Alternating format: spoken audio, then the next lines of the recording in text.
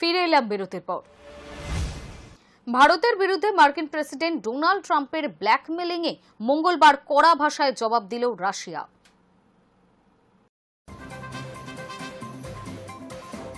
ভারতের বিরুদ্ধে মার্কিন প্রেসিডেন্ট ডোনাল্ড ট্রাম্পের ব্ল্যাকমেলিং এর মঙ্গলবার কড়া ভাষায় জবাব দিল রাশিয়া। তেল বাণিজ্য নিয়ে গত কয়েকদিন ধরে ট্রাম্প ভারতকে অনবরত ব্ল্যাকমেল করে চলেছেন। ট্রাম্পের সর্বশেষ হুমকি হচ্ছে ভারত রাশিয়ার কাছ থেকে তেল কিনে অন্য দেশকে বেচছে। রাশিয়ার কাছ থেকে তেল কেনা বন্ধ না করলে শুল্ক হারে আরও বোঝা চাপাবে আমেরিকা। অর্থাৎ এক কথায় নয়াদিল্লিকে সরাসরি ভয় দেখিয়ে রুশ ভারত বাণিজ্য চুক্তি বন্ধ করার চাপ দিয়ে চলেছেন ট্রাম্প। রাশিয়া এর জবাবে ট্রাম্পের মুখের উপর জানিয়ে দিয়েছে যে কোনো সার্বভৌম দেশের বাণিজ্য বন্ধু বাছাইয়ের অধিকার রয়েছে। আমেরিকা ইচ্ছাকৃতভাবে ভারতের উপর অবৈধ বাণিজ্য চাপ প্রয়োগ করছে। রাশিয়ার কাছ থেকে ভারত তেল কিনলে শুল্ক হার বাড়িয়ে দেওয়ার মার্কিন প্রশাসনের হুমকিকে কঠোর নিন্দা করে ক্রেমলিন। বলেছেন সার্বভৌম দেশের অধিকার রয়েছে, তারা নিজের মনের মতো বাণিজ্য অংশীদার বাছাই করতে পারে। সোমবার রাতে সমাজ মাধ্যমে একটি পোস্টে ট্রাম্প লেখেন, ভারত শুধু বিপুল পরিমাণে রাশিয়ার তেল কিনছে না, বরং সেই তেলের বড় অংশ খোলা বাজারে বিক্রি করে লাভও করছে। ইউক্রেনে রাশিয়ার আগ্রাসনে কত মানুষের মৃত্যু হচ্ছে তা নিয়েও ভারতের কোনো মাথা ব্যথা নেই। এই কারণেই আমি ভারতীয় পণ্যের উপর শুল্ক আরও বাড়াবো। যদিও জরিমানার অঙ্ক স্পষ্ট করেননি তিনি। রাশিয়া থেকে তেল কেনার জন্য মার্কিন প্রেসিডেন্ট ডোনাল্ড ট্রাম্প যখন ভারতকে শুল্ক বাড়ানোর হুমকি দিচ্ছেন, ঠিক তার কয়েক ঘন্টার মধ্যেই তীব্র প্রতিক্রিয়া দিয়েছে ভারত। আমেরিকা ও ইউরোপীয় ইউনিয়নের দ্বিচারিতা নিয়ে সরাসরি আঙুল তুলেছে নয়াদিল্লি।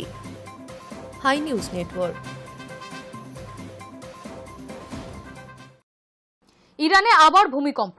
গোপনে খামেনেইয়ের দেশ কি পরমাণু পরীক্ষা করল? আমেরিকা ও জার্মানির ভূকম্পন পর্যবেক্ষণ সংস্থার দেওয়া তথ্য থেকে জানা যাচ্ছে, রিক্টার স্কেলে মঙ্গলবারের ভূমিকম্পের মাত্রা ছিল 5.7-এরও বেশি।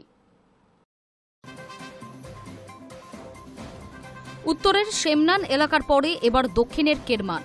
1.5 মাসের ব্যবধানে আবার ভূমিকম্পে কেঁপে উঠল ইরানের একাংশ, আর তা ঘিরেই শুরু হলো জল্পনা। আমেরিকা ও জার্মানির ভূকম্পন পর্যবেক্ষণ সংস্থার দেওয়া তথ্য থেকে জানা যাচ্ছে, রিক্টার স্কেলে মঙ্গলবারের ভূমিকম্পের মাত্রা ছিল 5.7-এরও বেশি। ভূতাত্ত্বিক কারণে ইরানে ভূমিকম্প প্রায়ই হয়, কিন্তু পরমাণু কর্মসূচি ঘিরে ইসরায়েল এবং আমেরিকার সঙ্গে সংঘাতের আবহে এই ভূমিকম্প নিয়ে শুরু হয়েছে জল্পনা। প্রশ্ন উঠছে, আয়াতোল্লাহ আলী খামেনেই, মাসুদ পেজেকসিয়ানের দেশের পরমাণু অস্ত্র পরীক্ষার কারণেই কি কেঁপে উঠছে মাটি? German research centre for Jio sciences জানিয়েছে, ভূমিকম্পের উৎসস্থল ছিল ভূপৃষ্ঠের প্রায় 10 কিলোমিটার গভীরে। প্রসঙ্গত, কেরমানের বাম শহরের প্রায় 30 কিলোমিটার দক্ষিণের ওই জনহীন এলাকায় ইরান ফৌজের রেভলিউশনারি গার্ড বাহিনীর একটি শিবির রয়েছে। ক্ষেপণাস্ত্র মজুত কেন্দ্র। ঠিক যেমন গত জুন মাসে ভূকম্পনের শিকার সেমনানে ইরান ফৌজের ক্ষেপণাস্ত্র কমপ্লেক্স এবং স্পেস সেন্টার রয়েছে। প্রসঙ্গত, আরব এবং ইউরেশীয় টেকটনিক পাতের সংযোগস্থলে রয়েছে ইরান। সেই কারণে সেখানে বছরে গড়ে 2100টি ভূমিকম্প হয়। তার মধ্যে 15 থেকে 16টি কম্পনমাত্রা 5 বা তার বেশি হয়। 1966 থেকে 2015 সালের মধ্যে ইরানে 96,000 ভূমিকম্প হয়েছে। বিশেষজ্ঞরা বলছেন, পরমাণু পরীক্ষার সময় মাটির নিচে বিস্ফোরণ হয়, সেখান থেকেই টেকটনিক শক্তি নির্গত হয়, এর ফলে ভূমিকম্প হতে পারে। তবে পরমাণু বিস্ফোরণজনিত কম্পন এবং ভূমিকম্পের মধ্যে ফারাক করতে পারেন ভূবিজ্ঞানীরা। এখনো পর্যন্ত কোনো দেশ বা আন্তর্জাতিক সংগঠন তেহরানের বিরুদ্ধে পরমাণু পরীক্ষার অভিযোগ তোলেনি। প্রসঙ্গত, গত 13 জুন ইরানের বিভিন্ন পরমাণু কেন্দ্র এবং সামরিক ঠিকানায় বিমান ও ক্ষেপণাস্ত্র হামলা চালিয়েছিল ইসরায়েল। সেই অভিযানের পোশাকি নাম ছিল অপারেশন রাইজিং লায়ন। এরপরে 22 জুন ভোরে ইরানের 3 পরমাণু কেন্দ্রে বোমা বর্ষণ করেছিল আমেরিকার B-2 বোমারু বিমানগুলি। Hi news network. ইমরান সমর্থকদের বিক্ষোভের জেরে আবার অশান্তি পাকিস্তানে। ধৃত শতাধিক, জারি 144 ধারা। 2023 সালের হিংসায় জড়িত থাকার অভিযোগে গত সপ্তাহে ফয়সালাবাদের বিশেষ আদালতে ইমরান, পিটিআই এর পার্লামেন্টের নেতা ওমর আইয়ুব সহ 200 জন নেতাকর্মীকে 10 বছরের জেলের সাজা দিয়েছিল।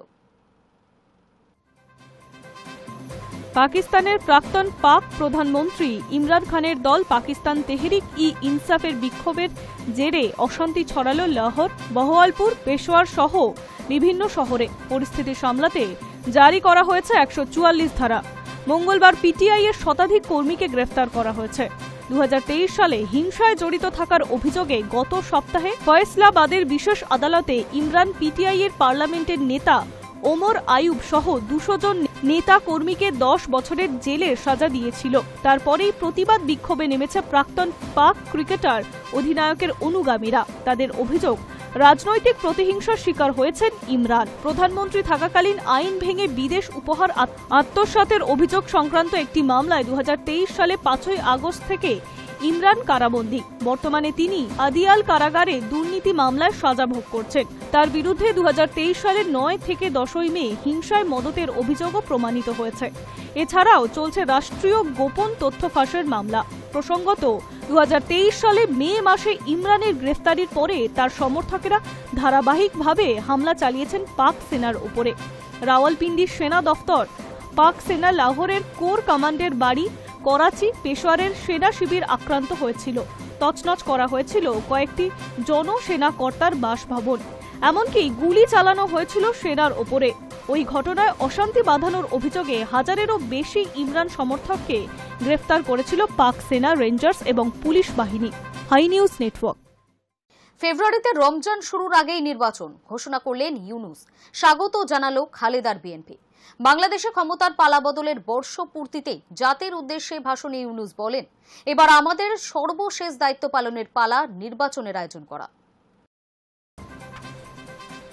মঙ্গলবার রাতে জাতির উদ্দেশ্যে ভাষণে বাংলাদেশের অন্তর্বর্তী সরকারের উপদেষ্টা মোহাম্মদ ইউনূস জানালেন, আগামী বছর রমজান মাস শুরুর আগেই ফেব্রুয়ারি মাসে তিনি জাতীয় সংসদে নির্বাচন করতে চান। তিনি বলেন, 2026 সালের পবিত্র রমজানের আগে জাতীয় নির্বাচন আয়োজনের জন্য প্রধান নির্বাচন কমিশনারের কাছে চিঠি পাঠাব। গত বছরের জুলাইয়ের গোড়ায় শুরু হওয়া কোটা সংস্কার আন্দোলন এবং তার পরবর্তী বৈষম্য বিরোধী ছাত্র আন্দোলন এবং রক্তাক্ত গণ অভ্যুত্থানের জেরে গত 5ই আগস্ট বাংলাদেশে আওয়ামী লীগের সরকারের পতন হয়েছিল। বাংলাদেশ বায়ুসেনার বিমানে ঢাকা ছেড়ে ভারতে আশ্রয় নিয়েছিলেন তৎকালীন প্রধানমন্ত্রী শেখ হাসিনা। ক্ষমতার পালা বদলের সেই বর্ষপূর্তিতে জাতির উদ্দেশ্যে ভাষণে ইউনূস বলেন, এবার আমাদের সর্বশেষ দায়িত্ব পালনের পালা, নির্বাচনের আয়োজন করা। গত 6 মাস ধরে নির্বাচনের নির্ঘণ্ট নিয়ে প্রাক্তন প্রধানমন্ত্রী খালেদা জিয়ার দল বিএনপির সঙ্গে টানাপোড়েন চলছিল ইউনূসের নেতৃত্বাধীন অন্তর্বর্তী সরকারের। কিন্তু মঙ্গলবার রাতে ইউনূসের ভোট নির্ঘণ্ট ঘোষণাকে স্বাগত জানানো হয়েছে বিএনপির তরফে। জাতির উদ্দেশ্যে ভাষণের আগে মঙ্গলবার বিকেলে রাজধানী ঢাকার মানিক মিয়া অ্যাভিনিউতে 36 জুলাই উদযাপন শীর্ষক কর্মসূচিতে জুলাই ঘোষণাপত্র পাঠ করেন ইউনূস। সেখানে তিনি জানান, 2024 সালের জুলাই আগস্ট মাসে ছাত্র গণ অভ্যুত্থান উপযুক্ত রাষ্ট্রীয় ও সাংবিধানিক স্বীকৃতি পাবে। ইউনূস বলেন, পরবর্তী নির্বাচনে নির্বাচিত সরকারের সংস্কারকৃত সংবিধানের তফসিলে এই ঘোষণাপত্র সন্নিবেশিত থাকবে। Hi news Network. সাংবিধানিক স্বীকৃতি পাবে ছাত্র আন্দোলন ও পালাবদল। হাসিনার পতনের বর্ষপূর্তিতে ইউনূসের বার্তা। ঢাকায় 36 জুলাই উদ্যাপন শীর্ষক কর্মসূচিতে জুলাই ঘোষণাপত্র পাঠ করে ইউনূস জানান, পরবর্তী সাধারণ নির্বাচনের পর যে সরকার আসবে তারা ছাত্র গণ অভ্যুত্থানকে উপযুক্ত রাষ্ট্রীয় এবং সাংবিধানিক স্বীকৃতি দেবে। 2024 সালের জুলাই আগস্ট মাসে ছাত্র গণ অভ্যুত্থান উপযুক্ত রাষ্ট্রীয় এবং সাংবিধানিক স্বীকৃতি পাবে। ক্ষমতা বদলের বর্ষপূর্তিতে মঙ্গলবার এই প্রতিশ্রুতি দিলেন বাংলাদেশের অন্তর্বর্তী সরকারের মুখ্য উপদেষ্টা মোহাম্মদ ইউনূস। রাজধানী ঢাকার মানিক মিয়া অ্যাভিনিউতে 36 জুলাই উদযাপন শীর্ষক কর্মসূচিতে জুলাই ঘোষণাপত্র পাঠ করে তিনি বলেন, পরবর্তী নির্বাচনে নির্বাচিত সরকারের সংস্কারকৃত সংবিধানের তফসিলে এই ঘোষণাপত্র সন্নিবেশিত থাকবে। গত বছরের জুলাইয়ের গোড়ায় শুরু হওয়া কোটা সংস্কার আন্দোলন এবং তার পরবর্তী বৈষম্য বিরোধী ছাত্র আন্দোলন এবং রক্তাক্ত গণ অভ্যুত্থানের জেরে গত 5ই আগস্ট বাংলাদেশে আওয়ামী লীগের সরকারের পতন হয়েছিল। বাংলাদেশ বায়ুসেনার বিমানে ঢাকা ছেড়ে ভারতে আশ্রয় নিয়েছিলেন তৎকালীন প্রধানমন্ত্রী শেখ হাসিনা। ক্ষমতার পালাবদলের সেই বর্ষপূর্তিতে ইউনূস যে 28 দফার জুলাই ঘোষণাপত্র পাঠ করেন তা আদতেই জুলাই আগস্টের গণ অভ্যুত্থানের একটি দলিল, যার মাধ্যমে জুলাই গণ অভ্যুত্থানকে রাষ্ট্রীয় এবং সাংবিধানিক স্বীকৃতি দেওয়া হবে বলে ইউনূসের দাবি। হাসিনার 16 বছরের শাসনকে ফ্যাসিবাদী, অগণতান্ত্রিক এবং গণবিরোধী শাসন ব্যবস্থা কায়েমের লক্ষ্যে এবং একদলীয় রাষ্ট্র ব্যবস্থা প্রতিষ্ঠার অতি উগ্র বাসনা বলে চিহ্নিত করেছেন তিনি। তাৎপর্যপূর্ণভাবে ব্রিটিশ ঔপনিবেশিক শাসনের পাশাপাশি জুলাই ঘোষণাপত্র অন্তর্ভুক্ত হয়েছে 23 বছর পাকিস্তানি স্বৈর শাসকদের অত্যাচারের কথা। নিহত রাষ্ট্রনেতা শেখ মুজিবুর রহমানের জামানায় গণতান্ত্রিক অধিকার হরণ করা হয়েছিল বলেও ঘোষণাপত্রে অভিযোগ করেছেন ইউনূস। 80-এর দশকের সামরিক একনায়কতন্ত্রের বিরুদ্ধে গণপ্রতিরোধ এবং 90-এর দশকে গণতন্ত্রের প্রত্যাবর্তনের প্রসঙ্গ তুলে প্রয়াত সেনা শাসক হুসেন মোহাম্মদ এরশাদকেও নাম না করে আক্রমণ করেছেন ইউনূস। তবে তাৎপর্যপূর্ণভাবে স্বীকৃতি দিয়েছেন আর এক সেনা শাসক জিয়াউর রহমানকে। 1975 সালের নভেম্বরে রক্তক্ষয়ী সেনা বিদ্রোহকে সিপাহী জনতার বিপ্লব বলে চিহ্নিত করে ইউনূস মঙ্গলবার বিএনপির প্রতি সহযোগিতার বার্তা দিতে চেয়েছেন বলেই মনে করছেন অনেকে। Hi news Network. রেহাই নেই বৃষ্টি থেকে। বুধবার থেকে ফের ভারী বৃষ্টির পূর্বাভাস রয়েছে দক্ষিণবঙ্গের বিভিন্ন জেলায়। ভারী বর্ষণ জারি থাকবে উত্তরবঙ্গেও, জানাচ্ছে আবহাওয়া দফতর। আবহাওয়া দফতর জানাচ্ছে মৌসুমী অক্ষরেখা উত্তরবঙ্গের উপরে হিমালয়ের পাদদেশে অবস্থান করছে। উত্তর বাংলাদেশে থাকা ঘূর্ণাবর্তের কারণে প্রচুর জলীয় বাষ্প ঢুকছে বাংলায়। এর জেরেই বৃষ্টি বাড়বে। বুধবার উত্তর ও দক্ষিণ 24 পরগনার হাওড়া এবং নদিয়া জেলাতে বিক্ষিপ্তভাবে ভারী বৃষ্টির পূর্বাভাস রয়েছে। বাকি জেলাগুলিতে বজ্রবিদ্যুৎ সহ হালকা থেকে মাঝারি বৃষ্টির সঙ্গে ঘণ্টায় 30 থেকে 40 কিলোমিটার বেগে দমকা ঝোড়ো হাওয়া বইতে পারে। বৃহস্পতিবার বিক্ষিপ্তভাবে ভারী বৃষ্টি হবে মুর্শিদাবাদ, বাঁকুড়া, পূর্ব ও পশ্চিম মেদিনীপুর এবং দক্ষিণ 24 পরগনার কিছু অংশে। শুক্রবার ভারী বৃষ্টি হবে কেবলমাত্র পুরুলিয়ায়। বাকি জেলাগুলিতে বিক্ষিপ্ত বৃষ্টির পূর্বাভাস রয়েছে। এরপর ভারী বৃষ্টির সম্ভাবনা না থাকলেও সোমবার পর্যন্ত দক্ষিণবঙ্গের সব জেলাতেই বজ্রবিদ্যুৎ সহ হালকা বৃষ্টি হতে পারে। বৃষ্টি হলেও আগামীকাল থেকে সামান্য তাপমাত্রা বাড়বে দক্ষিণবঙ্গে। আর্দ্রতাজনিত অস্বস্তির কারণে ভ্যাপসা গরমও থাকবে। Hi news Network. News today এখনকার মতো এই পর্যন্তই। নজর রাখুন হাই নিউজে, নির্ভীক, নিরপেক্ষ।